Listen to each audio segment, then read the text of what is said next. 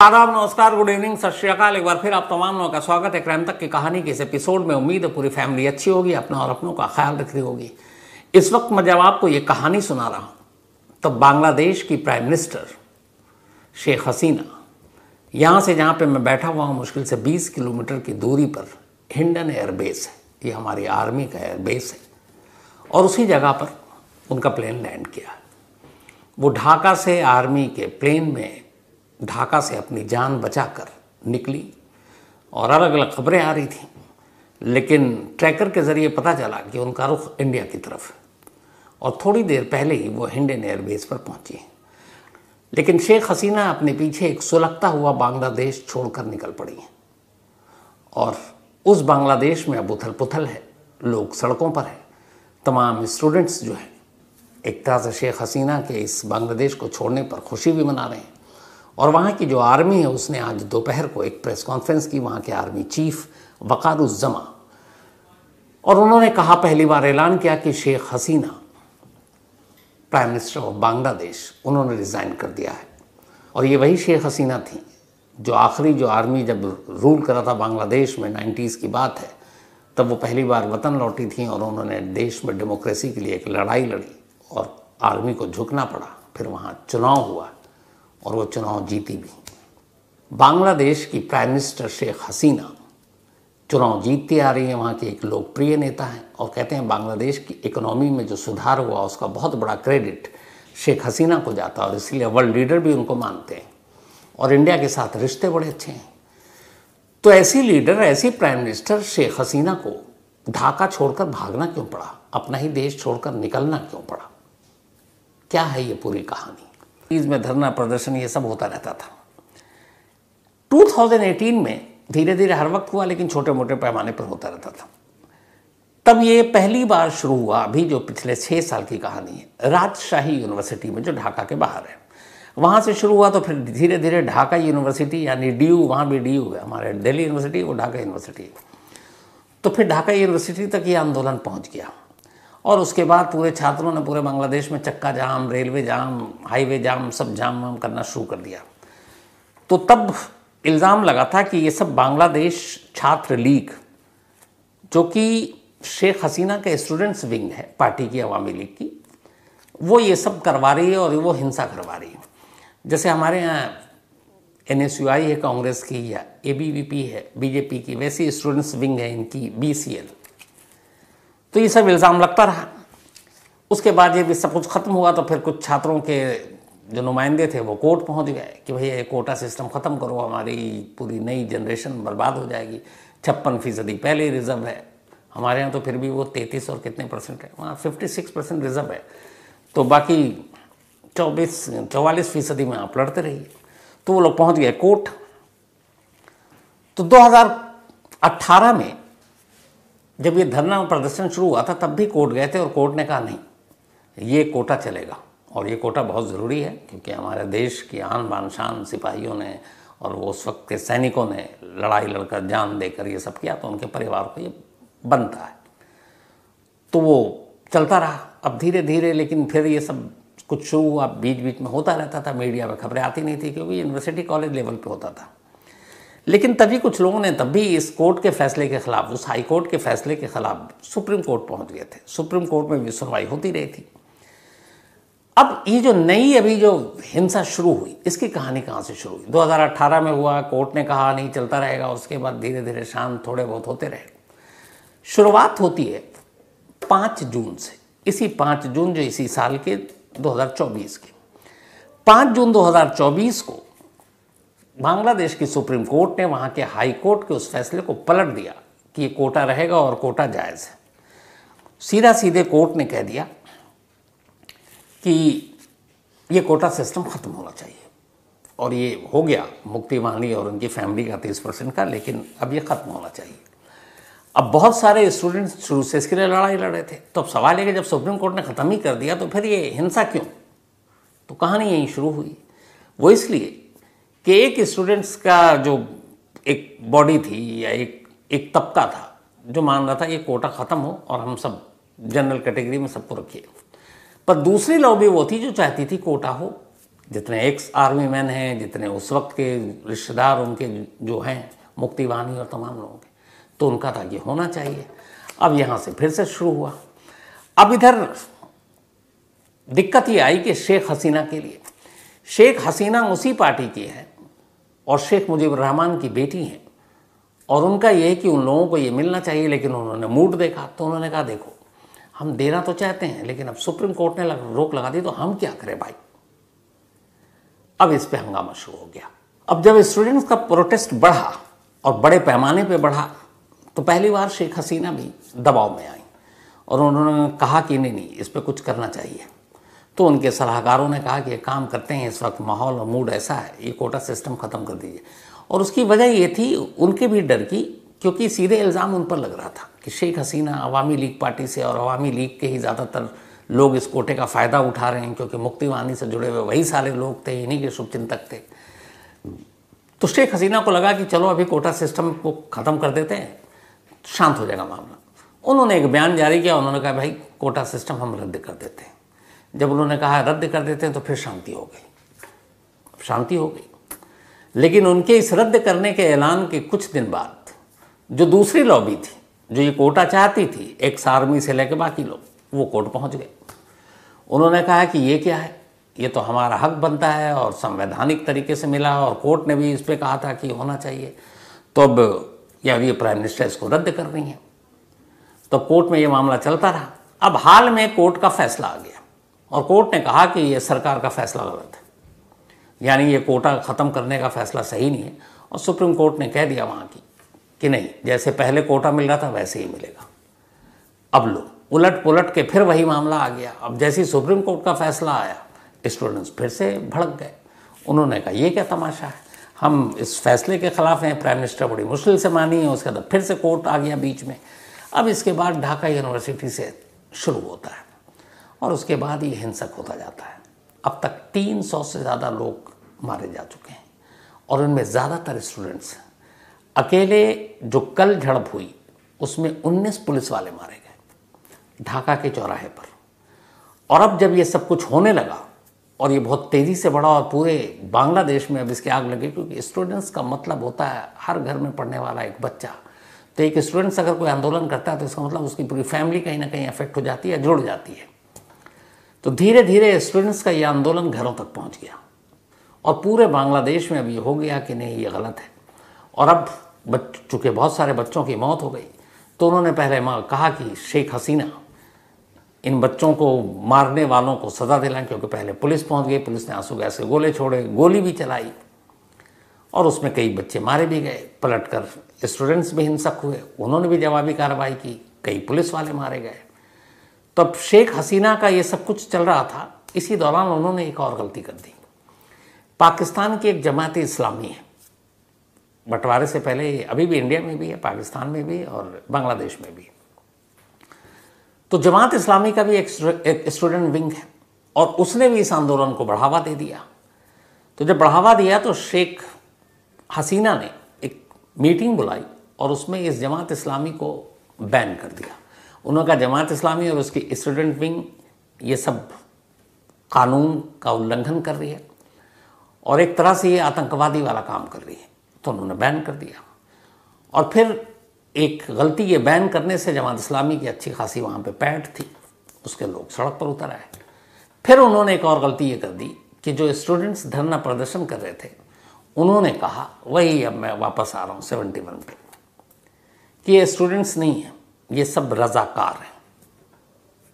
यानी वो रज़ाकार जो 71 के वॉर में मुक्ति चिहनी ने तो, वाहिनी ने तो हिस्सा लिया, और वो लोग जिन्होंने पाकिस्तान को सपोर्ट किया, पाकिस्तानी आर्मी को सपोर्ट किया या हिस्सा नहीं लिया या खामोश रहे, वो रज़ाकार यानी गद्दार जिनको धीरे धीरे बन गया। तो उन्होंने कहा कि इस आंदोलन में जो लोग सड़कों पर उतरे हुए हैं वो बांग्लादेशी नहीं, सब रज़ाकार हैं यानी गद्दार हैं। ये बात चिंगारी की तरह फैल गई, क्योंकि उसमें से बहुत सारे स्टूडेंट वो थे बांग्लादेशी जिनके लिए सब कुछ है। उन्हें लगा ये क्या, वो ठगा हुआ महसूस करने लगे कि हम कैसे गद्दार हो गए। और यहाँ से फिर हिंसा शुरू हो गई और फिर ऐसी हुई कि आर्मी को भी उतारना पड़ा। तब तक देर हो गई, जगह जगह धरने, प्रदर्शन, आगजनी निशाना बनाया जाने लगा।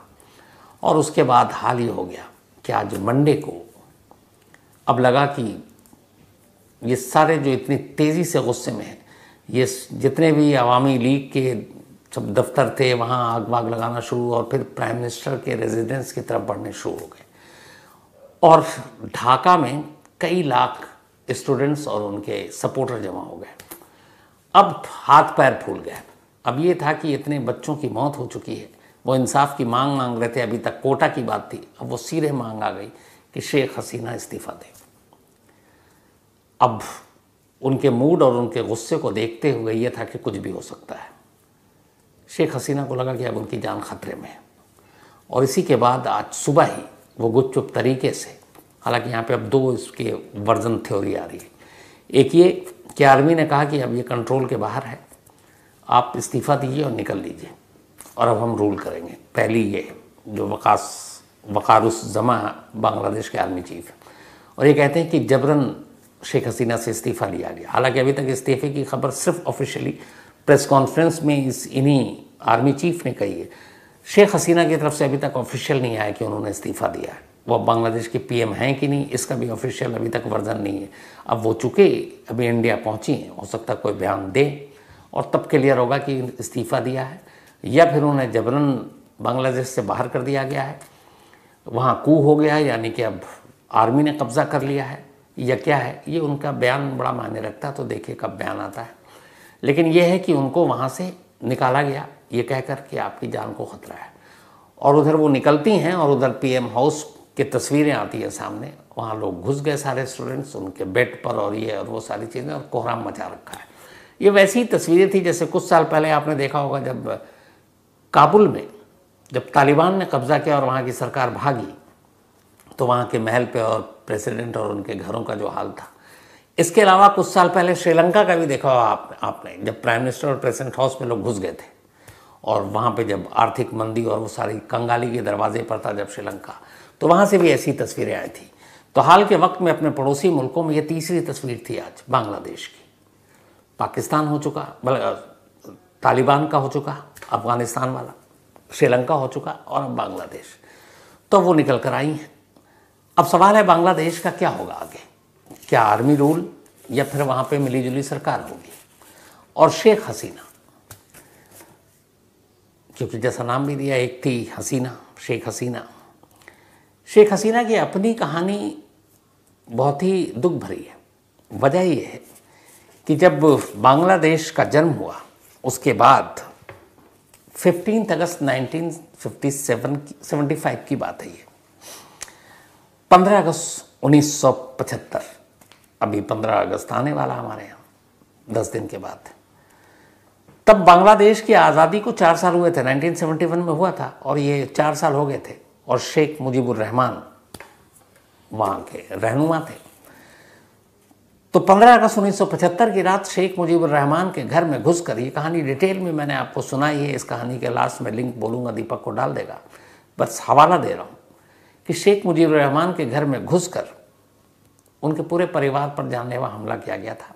इसमें शेख मुजीबुर रहमान मारे गए, उनके 3 बेटे मारे गए, और नसीब अच्छा था कि शेख हसीना और उनकी एक बहन उस रात वहाँ थी नहीं, घर पे क्या बांग्लादेश में नहीं थी बल्कि विदेश में थी, और इसीलिए बच गई, वरना शेख मुजीबुर रहमान के पूरे फैमिली का खात्मा कर दिया था। और ये खात्मा किया था आर्मी के ही, बांग्लादेश के ही आर्मी के 2 कैप्टन थे, कैप्टन बजलुल हुडा और एक मेजर थे, मेजर नूर। इन दोनों की प्लानिंग के तहत ये पूरे परिवार को मारा गया था, और शेख हसीना थी नहीं इसलिए बच गई। अब 75 में ये कत्ल हुआ, शेख हसीना को मालूम था बांग्लादेश में उनकी जान को खतरा है, इसलिए वो बांग्लादेश लौटे ही नहीं। 75 के बाद करीब 6 साल गुजरे, फिर उनके लोगों ने कहा कि आपको बांग्लादेश में ज़रूरत है, आ जाइए। तब बांग्लादेश में आर्मी रूल कर रही थी। 1981 में फिर शेख हसीना पहली बार बांग्लादेश लौटी अपने फादर की डेथ के बाद। आने के बाद अब उन लोगों ने उनसे कहा आप राजनीति में उतरिए। उसके बाद अपनी एक पार्टी शुरू की और उस पार्टी की वो लीडर बनी, अवामी लीग पार्टी थी। और फिर उन्होंने आर्मी रूल के ख़िलाफ़ आवाज़ उठाई, मोर्चे निकाले बहुत सारे, फिर उनको गिरफ्तार भी किया गया, जेल भी गई। लेकिन उस वक्त जो आर्मी के चीफ थे लेफ्टिनेंट जनरल हुसैन मोहम्मद इरशाद बांग्लादेश में रूल कर रहे थे।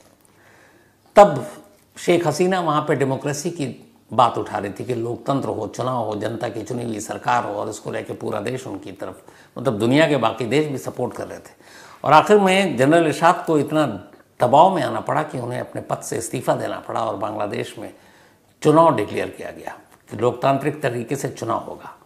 शेख हसीना बहुत पॉपुलर हो चुकी थी, लेकिन इत्तेफाक से जब चुनाव हुआ तो वहाँ एक और भी लीडर थी बहुत पॉपुलर, और उनका भी डेमोक्रेसी की मांग को लेकर एक ज़बरदस्त मतलब आंदोलन रहा, और वो उनकी पार्टी थी बांग्लादेश नेशनलिस्ट पार्टी, खालिदा जिया। तो इस चुनाव में खालिदा जिया जीत गई, उनकी पार्टी जीती और वो प्राइम मिनिस्टर बनी। शेख हसीना नहीं बन पाई। लेकिन खैर उसके बाद 1996 में फिर चुनाव हुआ, और 1996 में खालिदा जिया हार गई और शेख हसीना चुनाव जीत गई। लेकिन उसके बाद बहुत सारे वहाँ धरना प्रदर्शन हुए, बहुत सारे विपक्षी पार्टियाँ एक हो गई, तो इसकी वजह से शेख हसीना फिर अगला चुनाव नहीं जीती थी। लेकिन जब शेख हसीना चुनाव जीती थी तो उसके बाद पहली बार तभी लग गया था कि उनको सरकार चलाने का तरीका मालूम है। 1996 में वो बेशक हार गई, लेकिन फिर उसके बाद 2009 में उन्होंने इलेक्शन लड़ा, और उसके बाद से अभी तक 2024 पिछले 15 सालों से वो बांग्लादेश की प्राइम मिनिस्टर हैं। और उन्हीं के कार्यकाल में शेख मुजीब रहमान के कत्ल के लिए 5 बांग्लादेश के आर्मी के टॉप ऑफिशियल को फांसी की सज़ा दी गई थी, ये जब वो प्राइम मिनिस्टर थी। तो तब से अब तक थी, बांग्लादेश की इकोनॉमी को बहुत सुधारा, सब कुछ हुआ, लेकिन एक कोटा, एक रिजर्वेशन और एक लाइन, रजाकार, गद्दार, उसने बांग्लादेश को अचानक सुलगा दिया। अब डर ये है कि कहीं बांग्लादेश फिर से वही उसी रास्ते पर न चल पड़े जिसका लंबा इतिहास पाकिस्तान का भी रहा, आर्मी रूल। क्योंकि ये अभी जुमा 8 दिन मतलब जून में बने हैं वक़ारुज़्ज़मा बांग्लादेश के आर्मी चीफ, और इन्हें शेख हसीना ने बनाया, और ये अगस्त अभी 2 महीने भी इनको बने हुए हो नहीं, तो हो सकता है इनके मन में बहुत सारी चीज़ें हों। और जिस तरीके से आज ये मीडिया के सामने आए और उन्होंने कहा कि अब हम आपकी बात सुनेंगे, हम आपकी मांग पूरी करेंगे, तो हम वाली जो बात थी आर्मी चीफ की, उसे ऐसा लग रहा था कि अब जैसे ये इन्हीं को रूल करना है, और अगर कोalition गवर्नमेंट सारी पार्टियों को मिलाकर भी बनेगी तो वो कठपुतली ही होगी। असली पावर, असली डोर जो है वो बांग्लादेश के आर्मी के हाथ में होगी। अब आर्मी के हाथ में होना बांग्लादेश के फ्यूचर और वहाँ के बाकी लोगों के लिए कितना सही है, कितना गलत है, बेहतर जानते होंगे। लेकिन दुआ ये है कि बांग्लादेश के हालात जल्द सुधरें, क्योंकि हमारे साथ एक अच्छे पड़ोसी के तौर पे, वैसे भी हमारे पड़ोसी बड़े कम हैं जिनके साथ हमारे अच्छे रिश्ते हैं, उनमें एक बांग्लादेश है। और बांग्लादेश में भी 2 चीज़ें जो शेख हसीना और अवामी लीग है, ये शुरू से प्रो इंडियन है, हमारी सरकार, हमारी पॉलिसी इनको सपोर्ट करती है। और जो दूसरी हैं खालिदा जिया, वो एंटी इंडियन है। तो कहीं ऐसा हुआ तो एक और पड़ोसी मुल्क से रिश्ते हमारे ख़राब हो जाएंगे। तो दुआ यही है कि बांग्लादेश में सब कुछ नॉर्मल हो जाए और वहाँ वापस सारी चीज़ें पटरी पर आएँ, स्टूडेंट्स की मांगें मानी जाएं और लोगों की चुनी हुई सरकार हो, आर्मी रूल ना हो। तो कहानी में इतनी ही, लेकिन कहानी ख़त्म करूं उससे पहले वही अपना सिलसिला। आज आशा जी, इनका जन्मदिन है, हैप्पी बर्थडे आशा जी। और ये आनंद कोष्टी जी की वाइफ हैं, शायद अहमदाबाद से, and thank you so much आपके मेल के लिए। ज्योति चौरसिया और उनके बेटे वेदांत, कमाल है, दोनों का आज बर्थडे एक साथ, माँ और बेटे दोनों का, फिर तो घर में पार्टी ही पार्टी, डबल धमाका। तो ज्योति जी और वेदांत, आप दोनों को बहुत बहुत बधाई आपके जन्मदिन की, और ये पुणे में रहते हैं। डॉक्टर लव कुमार, इनका भी आज बर्थडे है, तो happy birthday doctor love Kumar, नाम बहुत खूबसूरत है आपका, और ये कुरुक्षेत्र से हैं। लव बघेल, इनका भी आज बर्थडे है, आज कमाल है, डॉक्टर लव कुमार हैं, ये लव बघेल हैं, सब मोहब्बत ही मोहब्बत है, बहुत खूब। लव बघेल, इनका भी जन्मदिन है, तो happy birthday love Baghel ji. और ये राधा कृष्णा जी की बेटियां हैं। साथ ही आदित्य पंचाल, इनका भी आज जन्मदिन है, हैप्पी बर्थडे आदित्य जी। और ये भेजा है सोनाली जी ने और प्रकाश जी ने, साथ ही ध्रुव जी ने। विजय रतन सिंह चौहान, इनका कल बर्थडे था, तो बिलेटेड हैप्पी बर्थडे विजय भाई। साथ ही फरीदा खातून, इनका भी आज जन्मदिन है, तो हैप्पी बर्थडे फरीदा जी। और ये मोहम्मद फ़हीम, उनकी वाइफ है। साथ ही अदनान शम्स, इन्होंने कहानी की फरमाइश की है। इसके अलावा राहुल द्विवेदी, इन्होंने कहानी की फरमाइश की है। सुमित कुमार, श्रद्धा मर्डर केस में अपडेट क्या है, कोर्ट में हियरिंग चल रही है, अभी तक हियरिंग पूरी नहीं हुई है, जैसे ही फैसला आएगा ज़रूर बताएंगे। साथ ही संदीप और अभिषेक, थैंक यू सो मच आप दोनों का। Naresh Patidar, thank you so much आपका भी। राजू जम्भानी, इन्होंने भी बांग्लादेश की कहानी की आज की फरमाइश की थी। तो कहानी में आज इतना ही है। अब आपसे मुलाकात होगी कल रात 9 बजे किसी नई कहानी के साथ। तब तक अपना और अपनों का ख्याल रखिएगा। Thank you very much. ये बहुत आसान है साहब। खाते में फंसना है। ये देखो, तो ज्ञान तो आपके पास है, ज्ञान हमारे ट्रेनिंग पास। वो करा रहे हैं। आपके लिए राहुल गांधी जी गिफ्ट खरीदे हैं। जूता बहुत बनाया, बहुत बेचा। जो आज हम कर रहे हैं इसमें हमें बहुत खुशी हो रही है।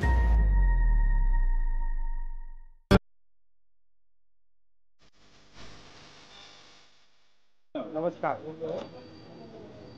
नाम क्या आपका? आपका? राम से आपका? राघव राम। दिखाओ भैया मुझे क्या करते हो। ये नया आइटम है, कैलकुलेशन लगाते हैं। ये आपने बनाया, शुरुआत से आपने बनाया? हाँ, ये कारीगरी बहुत है साहब, पर मजबूर हो, धन नहीं है हमारे पास, हमें कोई सुविधा नहीं मिलती। हमारे पिताजी यही करते हैं। आप कितने साल से कर रहे हो? 2-4 साल हम भी किए, हमको कोई रिस्पेक्ट नहीं देता है, कोई इज्जत नहीं करता है, इसलिए हम छोड़ के। तो सरकार कोई सुविधा देती है आपको? कुछ कोई सुविधा कुछ तो होगा। विश्वकर्मा योजना निकली थी साहब, गए 10 दिन ट्रेनिंग दिए। क्या था विश्वकर्मा योजना में? क्या ये था? जूता बहुत बनाना था। तो ज्ञान तो आपके पास है, ज्ञान हमारे ट्रेनिंग वो पास। करा रहे हैं। ये कैसी बात हुई? लाभ लेने के लिए उनको ट्रेनिंग दी जा रही थी, कि कोई फायदा मिल जाए इनसे, हाँ। सरकारी फायदा मिल जाए, पर वो मिला नहीं थी।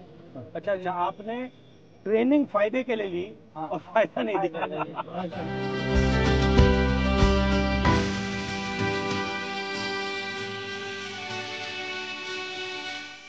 हमारे देहात में बैठे हैं, बहुत कम होती है। बट महीने का कितना होगा?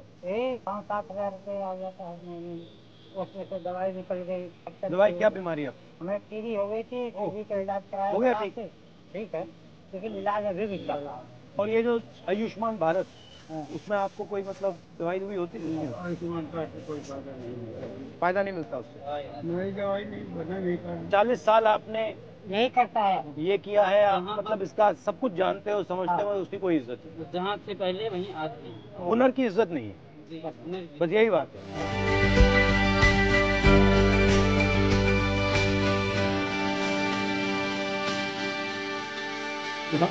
ये बहुत आसान है साहब।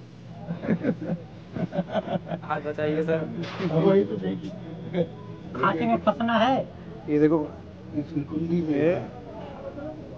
टाइम करके बताइए। मुश्किल काम हो गया, फंस गया, फंस गया। एक सेकंड में फंसाऊंगा इसको। ये फंस गया। निकलना भी चाहिए। हाँ, वही तो ट्राई कर रहा हूँ। नहीं निकला। सबसे जरूरी मशीन, अगर आपको एक मशीन खरीदनी हो हाँ। तो कौन सी मशीन खरीदोगे आप? ऊषा में आती है, चमड़ा सिलने वाली बड़ी मशीन होती है। कितने की होती है वो वो? 55 हजार की। अगर मशीन मिल गई तो फिर आपकी आमदनी कितनी बढ़ेगी? डबल हो जाएगी। डबल हो जाएगी, पूरा काम मतलब पूरा हाँ, स्टार्ट हो जाएगा, इंजन स्टार्ट हो जाएगा।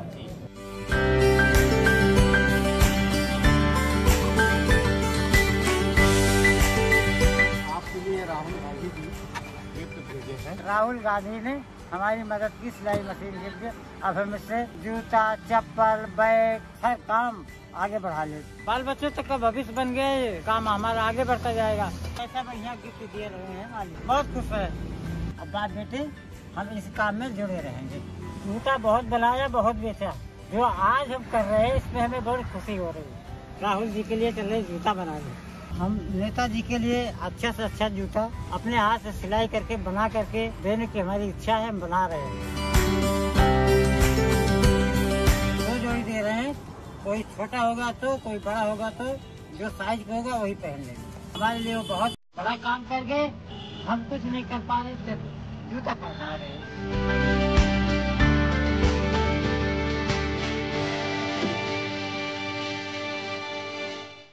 Very good.